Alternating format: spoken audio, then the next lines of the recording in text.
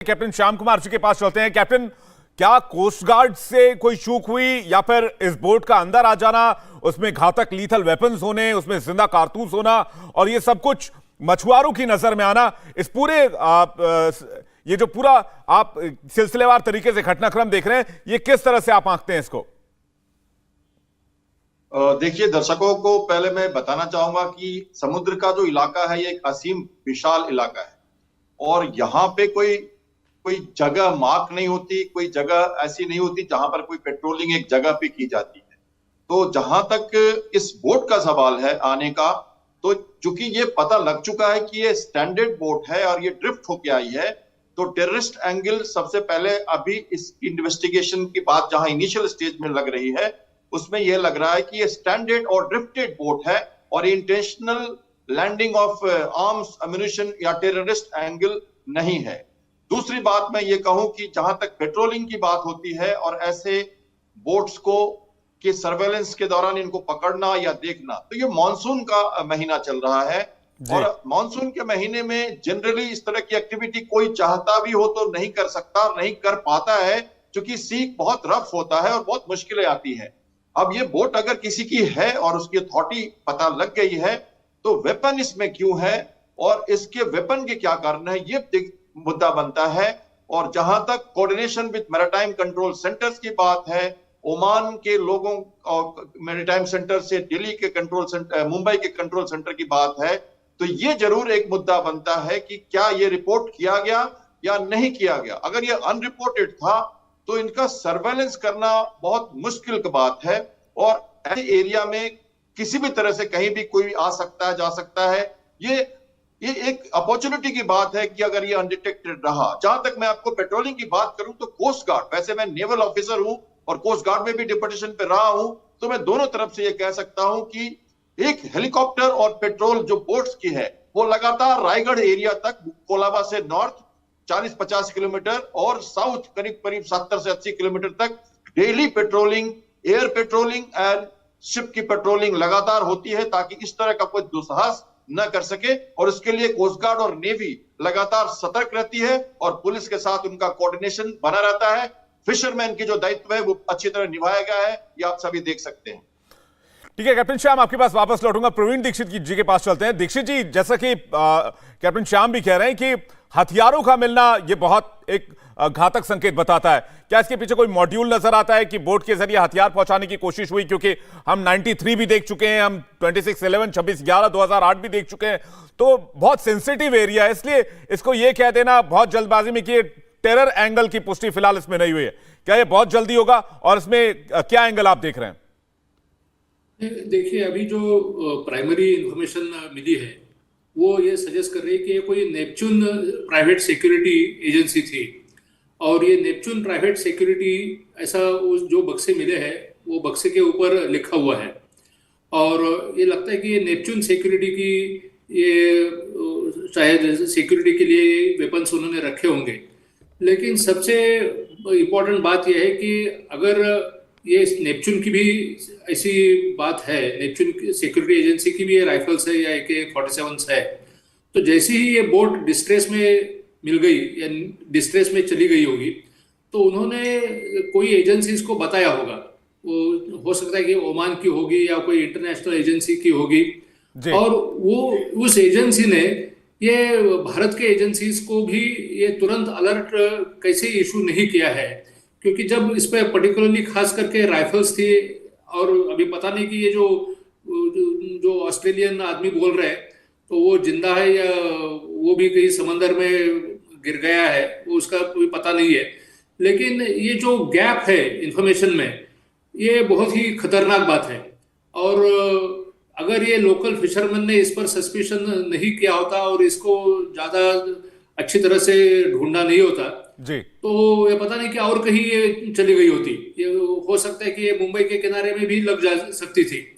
तो ये मुझे ज्यादा खतरे की बात लगती है कि चाहे हम हेलीकॉप्टर से पेट्रोलिंग करें या लोकल मरीन से भी पेट्रोलिंग करें, लेकिन हमारे पेट्रोलिंग में ये जो गैप्स है वो गैप्स अभी हमें ज्यादा कॉस्टली ऐसा महसूस होता है। बिल्कुल प्रवीण जी, आप बड़ी बात कह रहे हैं कि हो सकता है मुंबई के कोस्टल एरिया में लग जाता, हो सकता है किसी अनवांटेड पर्सन के हाथ में हथियार जा सकते, तो उसके बाद कुछ भी हो सकता था।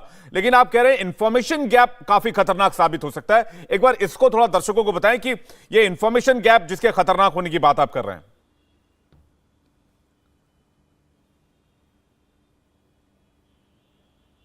ये जो इन्फॉर्मेशन गैप मैंने कहा, तो ऐसा है कि ये दोनों एजेंसीज में, जैसे ओमान की एजेंसीज है, इंटरनेशनल एजेंसीज है, भारत की एजेंसीज है, इनमें अच्छी तरह से कोऑर्डिनेशन रहता है। खास करके अभी जैसे कैप्टन साहब ने भी बताया कि खास करके मानसून सीजन में आपको याद होगा कि कुछ साल पहले एक बहुत बड़ी नाव, ऐसी बहुत बड़ी बोट मुंबई के किनारे पे आके लगी थी जी। और उससे इतना ज्यादा खतरा उत्पन्न हुआ था कि वो कभी अंदर आती थी, कभी बाहर जाती थी, कभी दोबारा अंदर आती थी और उसके ऊपर हमारा कोई नियंत्रण नहीं था। तो ये ऐसे खास करके जब वेपन्स जिस बोट में है, ऐसी बोट अगर अबेंडन हो रही है तो उसकी जानकारी तुरंत उसके मालिक ने भी सबको देनी चाहिए। और दूसरा ऐसा है कि इस मालिक के पास भी 3 राइफल्स की क्या जरूरत थी? अगर वो सिक्योरिटी एजेंसी भी है तो भी इतने AK-47 की 3 राइफल्स है, उसके लाइव एम्यूनिशन है, तो ये काफी खतरे की बात है। हो सकता है कि इसमें कोई टेरर का एंगल नहीं भी होगा, लेकिन अभी अर्ली स्टेजेस में मैं इतना ही कहूंगा कि उसकी पूरी जानकारी और जांच होना जरूरत है। बिल्कुल सही कह रहे हैं कि जांच के बाद और परतें खुलेंगी और धीरे धीरे, और जैसा कि आप सवाल भी उठा रहे हैं कि हथियार अगर सिक्योरिटी के लिए थे, नाव की शिप की सुरक्षा के लिए थे, तो एक काफी थे। 3-3 हथियार एक बोट में, एक बक्से में क्या करते वो भी बिल्कुल नए जैसे मालूम पड़ रहे हैं। कैप्टन श्याम हमारे साथ लगातार बने हुए। कैप्टन श्याम, बॉर्डर के अंदर आ जाना या समुद्री सीमा आपने कहा बहुत वास्ट होता है, इसको हर जगह पर, हर एक पॉइंट पर चेक पॉइंट बना पाना मुश्किल है, लेकिन फिर भी हथियारों के साथ एक बोट का अंदर आ जाना ये वाकई खतरनाक मालूम पड़ता है। देखिए, भारतीय नौसेना लगातार हमारे जो टेरिटोरियल वाटर्स हैं, जो हमारे सोवरेन वाटर्स माने जाते हैं, और इसके साथ ही हमारी एक्सक्लूसिव इकोनॉमिक जोन है जो 200 नॉटिकल माइल तक बढ़ी हुई है। काफी बड़ा क्षेत्र है भारत का, बे ऑफ बंगाल, इंडियन ओशन और अरबियन सी में। और उस हिसाब से आप देखें तो समुद्र पर लगातार हर जगह एक पैनी नजर रखना, ये एक थ्योरेटिकल बात है, ये प्रैक्टिकल पॉसिबल नहीं है। जब हमें इंटेलिजेंस रिपोर्ट मिलती है और हमें एक कोऑर्डिनेशन के तहत किसी जगह को सर्वेलेंस करना होता है, कुछ जो वांटेज पॉइंट्स है वहां तो हम लगातार सर्वेलेंस करते हैं और नेवी और कोस्ट गार्ड लगातार सतत उस जगह पे पैनी नजर रखती है, मगर हर जगह रहना मुश्किल है, ये प्रैक्टिकल भी नहीं है। खासकर मॉनसून के सीजन में जब बहुत सारे ड्रिफ्टेड बोट्स भी अब रेडियो के बिना किसी संकेत के इधर उधर जा सकते हैं, जैसे ये एक उदाहरण हम देख सकते हैं अभी। तो इसलिए मैं ये कह रहा हूं कि इंटेलिजेंस के बाद ही उस एरिया में पेट्रोलिंग बढ़ा दी जाती है या उस एरिया को घेरा जाता है, सैनिटाइज किया जाता है, ताकि हम किसी भी मूवमेंट को पकड़ सकें। ये इंटेलिजेंस फेल्यूर की बात जब हम कर रहे हैं तो देखिए, बोट्स ऐसे स्टैंडर्ड हो सकते हैं, फिशरमैन के कई बोट्स नेवी और कोस्ट गार्ड लगातार पकड़ते रहती है, लाते रहती है, उनको सुरक्षित स्थान पे देते रहती है, लेकिन ये जो बोट है ये प्रॉपर यॉट है और ये अबंडन किया गया है और ये भी पता लगा लिया गया है कि इसके मालिक कौन है, और इन्होंने एक कोस्ट पे इनको सुरक्षित भी किया गया था। और कोरियन जो भी हमारे लोग कह रहे हैं कि उनको ओमान के नेवी ने या दूसरे लोगों ने सहायता करके बचाया था। तो ये रिपोर्ट क्यों नहीं हुई, इस कारण को समझना होगा।